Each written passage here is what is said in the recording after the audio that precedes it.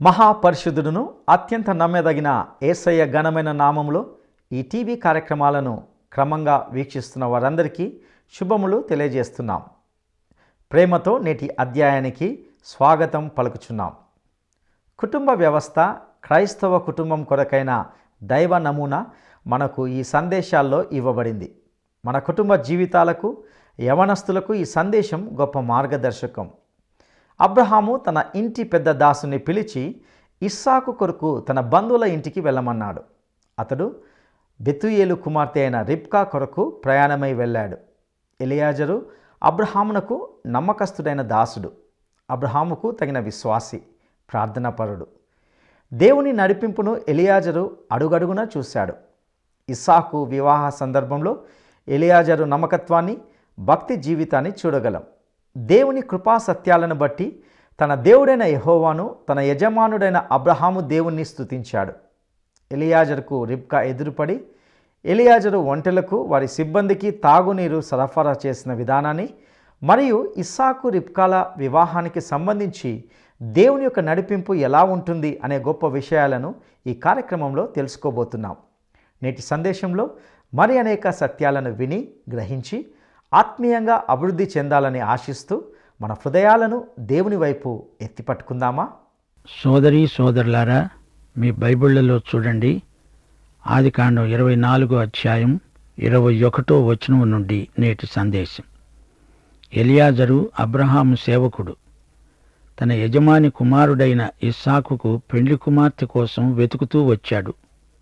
ఒక బావి దగ్గర రిబ్కాను చూచాడు. ఆమెతో మాట్లాడాడు. రిబ్కా ఎవరు? బెతూయేలు కుమార్తె. అబ్రహాము సోదరుడు నాహోరు. నాహోరు మిల్కా దంపతులకు పుట్టినవాడు బెతూయేలు. రిబ్కా బెతూయేలు కుమార్తె. ఆ చిన్నది మిక్కిలి చక్కనిది, ఆమె కన్యక. ఏ పురుషుడు ఆమెను కూడలేదు. ఆమె ఆ బావిలోనికి దిగిపోయి కడవను నీళ్లతో నింపుకొని ఎక్కి వచ్చింది. ఆ సేవకుడు ఆమెకు ఎదురు వెళ్ళాడు.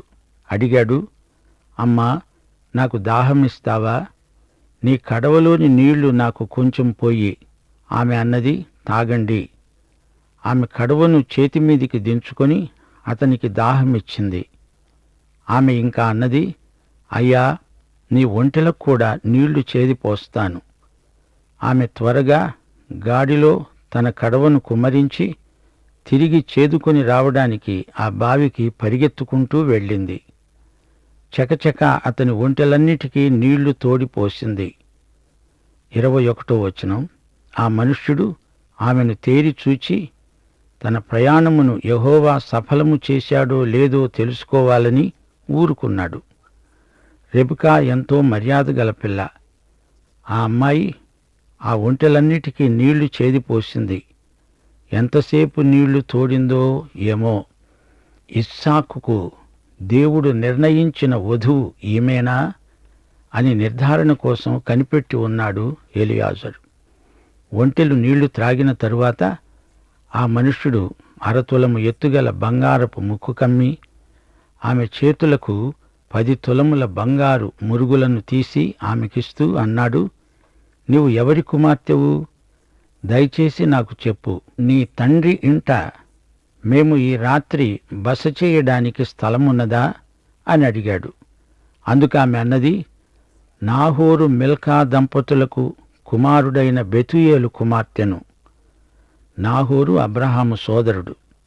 ఆమె అన్నది, మా వద్ద గడ్డి, మేత, రాత్రి బస చేయడానికి స్థలం ఉన్నాయి. వెంటనే అతడు తల వంచి యెహోవాకు మ్రొక్కి, అబ్రహాము అనే నా యజమానుని దేవుడవైన యెహోవా, నీకు స్తుతి స్తోత్రము అన్నాడు. ఆయన నా యజమానునికి తన కృపను, తన సత్యమును చూపడము మానలేదు. నేను త్రోవలో ఉండగానే యెహోవా నా యజమానుని బంధువుల ఇంటికి నన్ను నడిపించాడు. ఆయన నడుపుదల మనకు ఎంతో ఆశీర్వాదకరం. దేవుడు నడిపించే మార్గము మనకు ఎంతో మేలు. దేవునికి విధేయులమై ఆయన నడిపించినట్లే నడిస్తే మనకు క్షేమము, భద్రత. మన పని సఫలమవుతుంది. సేవకుడు దేవుని నడుపుదల చొప్పున ఏ విధంగా సమస్తము సమకూడి జరిగిందో గుర్తించి దేవుణ్ణి ఆరాధించి ఆయనకు కృతజ్ఞతాస్తుతులు సమర్పించాడు. దేవా, నా యజమానుని పని మీద నేను ఉండగా నీవు చూపిన కృప కోసము సత్యము కోసము నీకు కృతజ్ఞతాస్తుతులు. నేను త్రోవలో ఉండగానే నా యజమానుని బంధువుల ఇంటికి నన్ను నడిపించావు అంటూ తన దేవునికి, తన యజమానుని దేవునికి యెహోవాకు హృదయపూర్వకమైన కృతజ్ఞతాస్తుతులు సమర్పించాడు. ఆ చిన్నది వెంటనే పరుగెత్తుకొని పోయి ఈ మాటలు తన తల్లి ఇంటివారికి తెలిపింది. రెబెకాకు లాబాను అనే సహోదరుడున్నాడు. అప్పుడు లాబాను ఆ బావి దగ్గర వెలుపల ఉన్న ఆ మనిషి వద్దకు పరిగెత్తుకుంటూ పోయాడు. అతడు ఆ ముక్కు కమ్మిని, తన సహోదరి చేతులకు ఉన్న మురుగులను చూచాడు. రెబ్కా ఆ మనిషి తనతో చెప్పినదంతా వారికి తెలియచేసింది. వెంటనే అతడు బావి దగ్గర ఉన్న వ్యక్తి దగ్గరికి వచ్చేశాడు. అప్పుడు ఆ సేవకుడు బావి వద్ద ఒంటెల దగ్గర నిలిచి ఉన్నాడు. గమనించండి, లాబానుకు ఆ నగలు చూచినప్పుడు ఎంతో సంతోషం కలిగింది. అతడు కేవలం లోక సంబంధమైన మనిషి. ధన కనక వస్తువాహనాలు అతనికి ఎంతో ఇష్టం. డబ్బు అంటే అతనికి పంచప్రాణాలు. లాబాను వచ్చినప్పుడు సేవకుడైన ఎలియాజరు నిరీక్షణతో కనిపెట్టుకుని ఉన్నాడు. ఎవరైనా వస్తారా రారా, తనకు రెబ్కా ఇంటిలోకి స్వాగతం లభిస్తుందా లేదా అంటూ తలపోస్తూ బావి దగ్గరే ఒంటెలతో ఉండిపోయాడు. ఇతడు ఈ బంగారు నగలు తెచ్చాడంటే మంచి ధనవంతుడై ఉంటాడని లాబాను ఆలోచించాడు. లాబాను లావాదేవీలలో, వ్యవహారంలో, వ్యాపారంలో అందెవేసిన చెయ్యి. ఈ సంగతి యాకోబును అడిగితే మనకు బాగా చెప్పగలడు. ఆ కథ కూడా త్వరలోనే మనము వినబోతాము. సరే, ఇప్పుడు లాబాను ఈ కొత్త మనిషికి స్వాగతం చెబుతున్నాడు. అన్నాడు, యెహోవా వలన ఆశీర్వదించబడినవాడా, లోపలికి రా. నీవు బయట నిలవటమెందుకు? నీవు ఉండడానికి ఇల్లు, ఒంటెలకు మేత నేను సిద్ధం చేయించాను అన్నాడు. లాబాను దేవుని పేరెత్తాడు. యెహోవా నిన్ను ఆశీర్వదించాడు అంటున్నాడు. దేవుడు ఒక్కడే, ఆయన సజీవుడు, సృష్టికర్త. ఆయన దీవెన మనకు కావాలి. అంతటా ఆ మనుష్యుడు ఇంటికి వచ్చాడు. లాబాను ఒంటెల గంతలు విప్పాడు. ఒంటెలకు గడ్డి మేత వేశాడు. కాళ్ళు కడుక్కోవడానికి అతనికి, అతనితో కూడా ఉన్నవారికి కూడా నీళ్ళిచ్చాడు. ఇక్కడ అతిథులు కాళ్ళు కడుక్కునే ఆచారం గమనించాలి. ఈ సేవకునితో ఇంకా 10 మంది వచ్చారు. వారికందరికీ అతిథి సత్కారాలు జరిగించాడు లాబాను. ఈ సందర్భంలో మనం గొప్ప ఆధ్యాత్మిక పాఠం నేర్చుకోగలం. యేసుక్రీస్తుకు, ఆయన సంఘానికి ఉన్న పరస్పర సంబంధం ఇక్కడ మనకు కనబడుతున్నది. సంఘం ఒకానొక రోజున క్రీస్తుకు పెండ్లి కుమార్తె కాబోతున్నది. తండ్రి కుమారులు కలిసి ఈ లోకానికి పరిశుద్ధాత్మను పంపారు. ఈ పరిశుద్ధాత్మ యేసుక్రీస్తుకు ఒక పెండ్లి కుమార్తెను సిద్ధం చేస్తున్నాడు. దేవుని ఆత్మే పరిశుద్ధాత్మ. ఎలియాజరు ఈ ఆత్మకు సాదృశ్యం. పరిశుద్ధాత్మ ఎల్లప్పుడూ మనకు యేసుక్రీస్తు సంగతులే చెబుతాడు, చూపుతాడు. సేవకుడు తన యజమాని కుమారునికి పెండ్లి కుమార్తె కావాలని చూస్తున్నాడు. అలాగే పరిశుద్ధాత్మ యేసు ప్రభువుకు పెండ్లి కుమార్తె కావాలని అన్వేషిస్తున్నాడు. ఈ లోకములో నుండి ఒక పెండ్లి కుమార్తెను పిలవాలని, ఆమెను సిద్ధపరచాలని అదే పని మీద ఉన్నాడు పరిశుద్ధాత్మ. నాటి నుండి నేటి వరకు పరిశుద్ధాత్మ ఏ విధంగా సంఘ వధువును సిద్ధపరుస్తున్నాడో చూడండి. సంఘ చరిత్ర ఎంతో ఆసక్తిదాయకమైనది. లాబాను అతనికి భోజనం సిద్ధం చేశాడు. కాని ఎలియాజరు అన్నాడు, నేను వచ్చిన పని చెప్పక మునుపు భోజనం చెయ్యను. లాబాను, ఆ పనేమిటో చెప్పు అన్నాడు. ఎంత గొప్ప దీక్ష! నేను వచ్చిన పని ఈ భోజనం కంటే నాకు ముఖ్యం అంటున్నాడు. మన ప్రభువు సమరయ స్త్రీతో మాట్లాడిన సందర్భంలో, మీకు తెలియని ఆహారం నాకుంది. నా తండ్రి చిత్తము నెరవేర్చడము, ఆయన పని పూర్తి చేయడం, అదే నా ఆహారం అన్నాడు. అబ్రహాము సేవకుడు తను వచ్చిన పని చెప్పకుండా భోంచెయ్యనంటే చెయ్యను అంటున్నాడు. 34వ వచనంలో సేవకుడు తనను తాను పరిచయం చేసుకుంటూ నేను అబ్రాహాము దాసుడను అని చెప్పుకున్నాడు. ఇక్కడ ఈ సేవకుడు తన పేరు చెప్పుకోవటం లేదు. నేను నా యజమానుడైన అబ్రహాముకు సేవకుణ్ణి అంటున్నాడు, అంతే. పరిశుద్ధాత్మ కూడా అలాగే తన పేరు చెప్పడు, అజ్ఞాతంగా పనిచేస్తాడు. యోహాను శుభవార్త 16వ అధ్యాయం 13 నుండి 15వ వచనం వరకు వినండి. సత్యస్వరూపి అయిన ఆత్మ వచ్చినప్పుడు మిమ్ములను సర్వసత్యములోనికి నడిపిస్తాడు. ఆయన తనంతట తానే ఏమీ బోధించక వేటిని వింటాడో వాటినే బోధించి సంభవించబోయే సంగతులు మీకు తెలియచేస్తాడు. ఆయన నా వాటిలోనివి తీసుకొని మీకు తెలియచేస్తాడు గనుక నన్ను మహిమపరుస్తాడు. తండ్రికి కలిగినవన్నీ నావి, అందుచేత ఆయన నా వాటిలోనివి తీసుకొని మీకు తెలియచేస్తాడు. ఇంతకు పరిశుద్ధాత్మ పేరేమిటి? ఆయనకు పేరు లేదు. ఆయన తనను గురించి తాను చెప్పుకోడు. ఆయన మరి ఒకని గురించి, అనగా యేసు ప్రభువును గురించే మాట్లాడతాడు. అలాగే ఈ అబ్రాహాము సేవకుడు తన పేరేమిటో చెప్పడు. తన యజమానిని గురించే మాట్లాడతాడు. తన యజమాని కుమారుడైన ఇస్సాకు సంగతులే చెప్తాడు. అంటున్నాడు, యెహోవా నా యజమానుణ్ణి బహుగా ఆశీర్వదించాడు గనుక అతడు గొప్పవాడు అయ్యాడు. అతనికి గొర్రెలను, గొడ్లను, వెండి బంగారములను, దాసదాసీజనమును, ఒంటెలను, గాడిదలను దయచేశాడు. సేవకుడు తన యజమాని ఐశ్వర్యాన్ని గురించి చెబుతున్నాడు. అదే పరిశుద్ధాత్మ మనకు చెప్పేది. పరిశుద్ధాత్మ జరిగించే 3 పనులున్నాయి. పాపమును గురించి, నీతిని గురించి, తీర్పును గురించి ఒప్పిస్తాడు. నశించే లోకానికి ఈ 3 తెలియచెప్పాలి. అది పరిశుద్ధాత్మ పరిచర్య. ఈ లోకమంతటి మీద దేవుని తీర్పు నిలిచి ఉంది. మానవులంతా పాపులు. వారు యేసుక్రీస్తును తిరస్కరిస్తున్నారు గనుక పాపులు కాబట్టే యేసుక్రీస్తును తిరస్కరిస్తున్నారు. మళ్ళీ చెప్తాను, మనుషులు పాపులు గనుక నశిస్తారు. మనుషులు పాపులు గనుక పాపం చేస్తారు. మనిషి చేసే పాపాలలోకెల్లా గొప్ప పాపం రక్షకుణ్ణి తిరస్కరించడం. పరిశుద్ధాత్మ మనకు చెబుతున్నాడు, యేసు మానవుల రక్షకుడు. మనకు రావలసిన తీర్పును ఆయనే భరించాడు. ఆయనే మనకు నీతి అయ్యాడు. మనకు పరలోకానికి సరైన సంబంధం ఏర్పరిచాడు. పరిశుద్ధాత్మ మరి ఒకని గురించి, అనగా యేసుక్రీస్తును గురించి మాట్లాడడానికి వచ్చాడు. ఇక్కడ ఎలియాజరు అంటున్నాడు, దేవుడు నా యజమానిని ఎంతో ఆశీర్వదించాడు. నా ప్రియ సోదరీ సోదరులారా, మన పరలోకపు తండ్రి మహాసంపన్నుడు. భూమి, దాని సర్వసంపూర్ణత ఆయనదే. మన పరలోకపు తండ్రి మహదైశ్వర్యము గలవాడు. సేవకుడు అంటున్నాడు, నా యజమానుని భార్య అయిన శారా వృద్ధాప్యములో నా యజమానికి ఒక కుమారుణ్ణి కన్నది. నా యజమానుడు తనకు కలిగినది యావత్తు అతనికి ఇచ్చి ఉన్నాడు.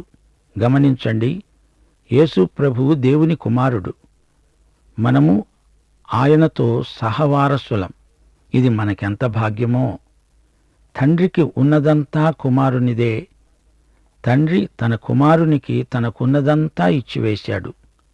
ఎలియాజరు అంటున్నాడు, నా యజమానుడు నా చేత ప్రమాణం చేయించి మరీ చెప్పాడు, నేను ఎవరి దేశమందు నివసిస్తున్నానో ఆ కనానీయుల పిల్లల్లో ఎవరినీ నా కుమారునికి ఇచ్చి పెళ్లి చేయకూడదు. గమనించాలి, పరిశుద్ధాత్మ ఎవరిని పిలుస్తున్నాడు? పాపులనే. ఎవరి పాపులు? 1 పేతురు 1వ అధ్యాయం 23వ వచనం ప్రకారం క్షయబీజము నుండి కాక శాశ్వత జీవము గల దేవుని వాక్యం మూలముగా అక్షయ బీజము నుండి పుట్టింపబడిన వారు పాపులే గాని ఇప్పుడు దేవుని పిల్లలైనారు, దేవుని వారసులయ్యారు. 2 కొరింథీ 5వ అధ్యాయం 17వ వచనం ప్రకారం ఎవడైనా క్రీస్తునందు ఉన్న ఎడల వాడు నూతన సృష్టి, కనానీయులకు దేవుడు విరుద్ధం, వారిని ఆయన అంగీకరించడు. తన పిల్లలైన వారినే ఆయన చేర్చుకుంటాడు. పాపులు రక్షించబడి దేవుని బిడ్డలవుతున్నారు. ఇది ఎంత అద్భుతం! సేవకుడు ఇంకా అన్నాడు, నా యజమానుడు నాకు చెప్పాడు, నా తండ్రి ఇంటికి, నా వంశస్థుల వద్దకు వెళ్ళు, నా కుమారునికి పెండ్లి కుమార్తెను నీవు తీసుకురావాలి అంటూ ప్రమాణం చేయించాడు. ఆ స్త్రీ నా వెంట రాదేమో అన్నాను నేను. దానికి ఆయన అన్నాడు, ఎవని సన్నిధిలో నేను జీవిస్తున్నానో ఆ యెహోవా నీతో కూడా తన దూతను పంపి నీ ప్రయాణము సఫలం చేస్తాడు. గనుక నీవు నా వంశస్థుల్లో నా తండ్రి ఇంటి నుండి నా కుమారునికి భార్యను తెస్తావు. నీవు నా వంశస్థుల వద్దకు వెళ్ళితే ఈ ప్రమాణము విషయములో ఇక నీకు బాధ్యత ఉండదు. వారు ఆమెను ఇయ్యని ఎడల కూడా ఈ ప్రమాణము విషయములో నీకు బాధ్యత ఉండదు. నేను నేడు ఆ బావి వద్దకు వచ్చి ప్రార్థించాను. అబ్రహాము అనే నా దేవుడవైన యెహోవా, నా ప్రయాణమును నీవు సఫలము చేసిన ఎడల నేను ఈ బావి వద్ద నిలిచి ఉండగా నీళ్లు చేదుకోవడానికి వచ్చిన చిన్నదానితో నీ కడవలో నీళ్లు కొంచెము నన్ను తాగనియ్యి అని చెబితే, తాను నీ ఒంటిలకు కూడా నీళ్లు తోడిపోస్తాను అని ఎవతి చెబుతుందో ఆమె నా యజమాని కుమారునికి యెహోవా నియమించిన పిల్ల అయి ఉంటుంది. ఇది నా ప్రార్థన.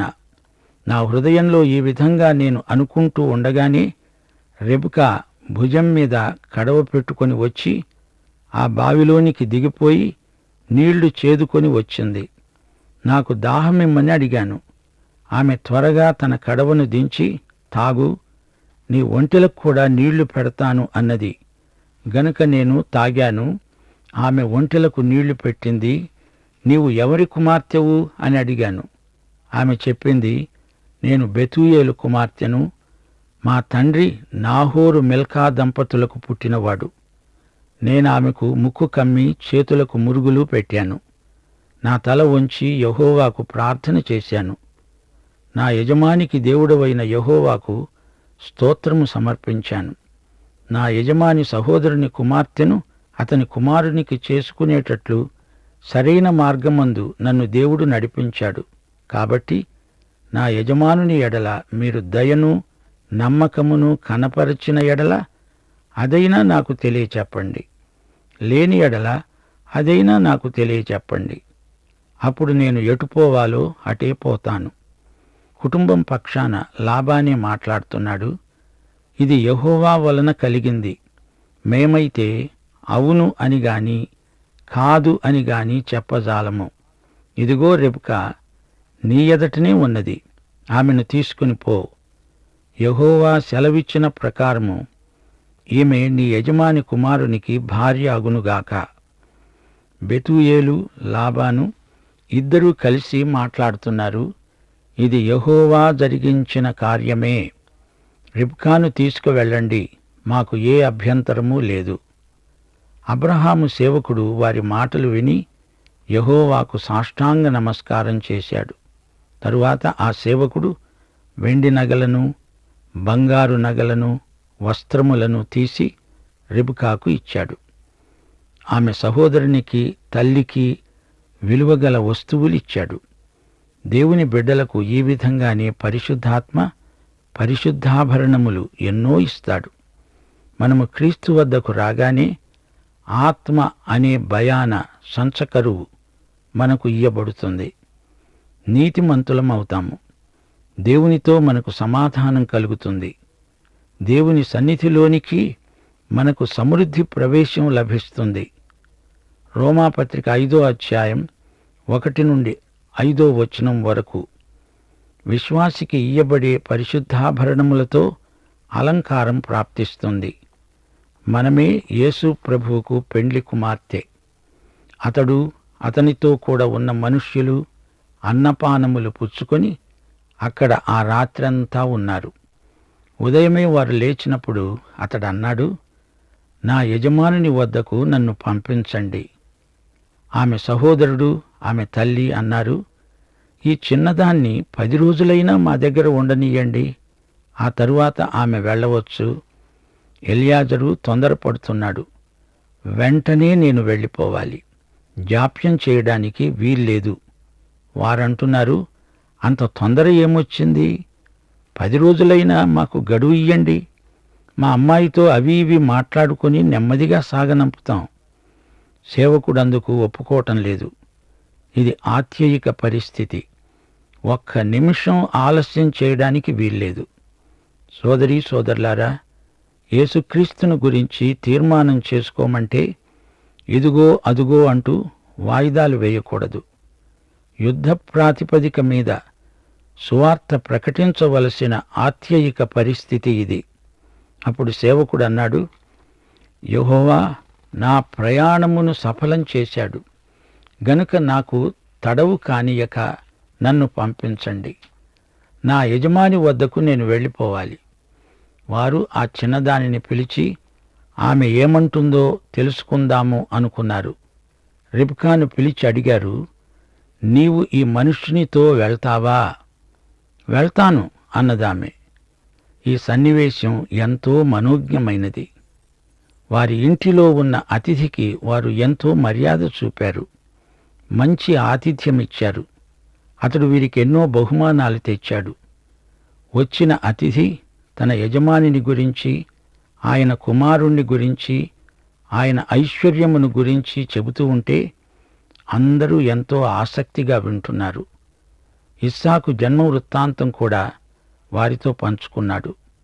మోరియా పర్వతం మీద ఇస్సాకు పొందిన రూపాంతరం అనుభవం కూడా వారికి విశదంగా చెప్పాడు.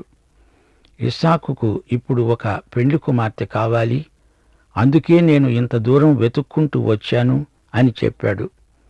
కనానీయుల పిల్లను ఇస్సాకు చేసుకోడు, ఇక్కడి నుంచే ఓ పిల్లను తీసుకెళ్ళాలి, దేవుని ఎరిగిన పిల్ల అయి ఉండాలి. అన్యురాలిని తన కొడుకు చేసుకోవడం తన యజమానికి సుతరాము ఇష్టం లేదు. ఇదంతా మాట్లాడిన తరువాత రిబ్కా ఇష్టమేమిటో ఆమెను అడగాలి గదా. అడిగారు. ఆమె నానుస్తూ అటు ఇటు దిక్కులు చూస్తూ మాట్లాడలేదు. తాను విన్నది, వినటం చేత విశ్వాసం కలిగింది. వెళ్తావా అంటే ఓ వెళ్తాను అంది. మీరు సువార్తల్లో యేసును వెంబడించిన వారిని గురించి జాగ్రత్తగా పరిశోధించండి. వారు ఎలా తీర్మానం చేసుకున్నారో మీరు విని ఉంటారు. నా వెంబడి రా అనగానే యేసు ప్రభు వెంబడి వారు వెళ్ళిపోయారు. వారు తమ వృత్తిని వ్యాపారాన్ని వదిలేసి ఆ ఫలంగా ప్రభువును వెంబడించారు. అప్పటికప్పుడే తీర్మానం చేసుకున్నారు. ఆలోచిస్తాము, చూస్తాము అనలేదు. వస్తావా రావా ఇప్పుడే తేల్చుకో అంటూ యేసు పిలుపు నీ మీద పవిత్రమైన ఒత్తిడి తెస్తుంది. ఈ రోజున పరిశుద్ధాత్మ మనల్ని అలాగే పిలుస్తున్నాడు. వింటున్నారా? పరిశుద్ధాత్మ సేవకుడు. ఆయన సేవకుని పాత్ర వహిస్తున్నాడు. తండ్రి పరిశుద్ధాత్మ కలిసి యేసును పంపారు. కుమారుడైన యేసు పరలోకానికి వెళ్ళగానే పరిశుద్ధాత్మ వచ్చాడు. ఈయనను తండ్రి కుమారులు ఇద్దరూ కలిసి పంపించారు. ఆయన మనకు ఆదరణకర్త. ఆయన అడుగుతున్నాడు, యేసుతో వెడతావా? ఆయన వెంట వెళ్తావా? ఈయన యేసు, ఈయన నీకోసం తన ప్రాణం పెట్టిన ప్రియుడు. ఆయన నీకోసమే వచ్చాడు, నీ రక్షకుడు. నిన్ను విమోచిస్తాడు. నీవు ఒక పాపిగా యేసు దగ్గరికి వస్తే పరిశుద్ధుడవై ఆయన్ను వెంబడిస్తావు.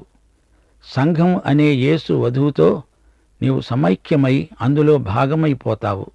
వస్తావా రావా ఇప్పుడే తీర్మానం చేసుకోవాలి. నీ ఆధ్యాత్మిక ఇస్సాకు యేసు, నీవు ఆయనకు ఆధ్యాత్మిక రెబ్కావు.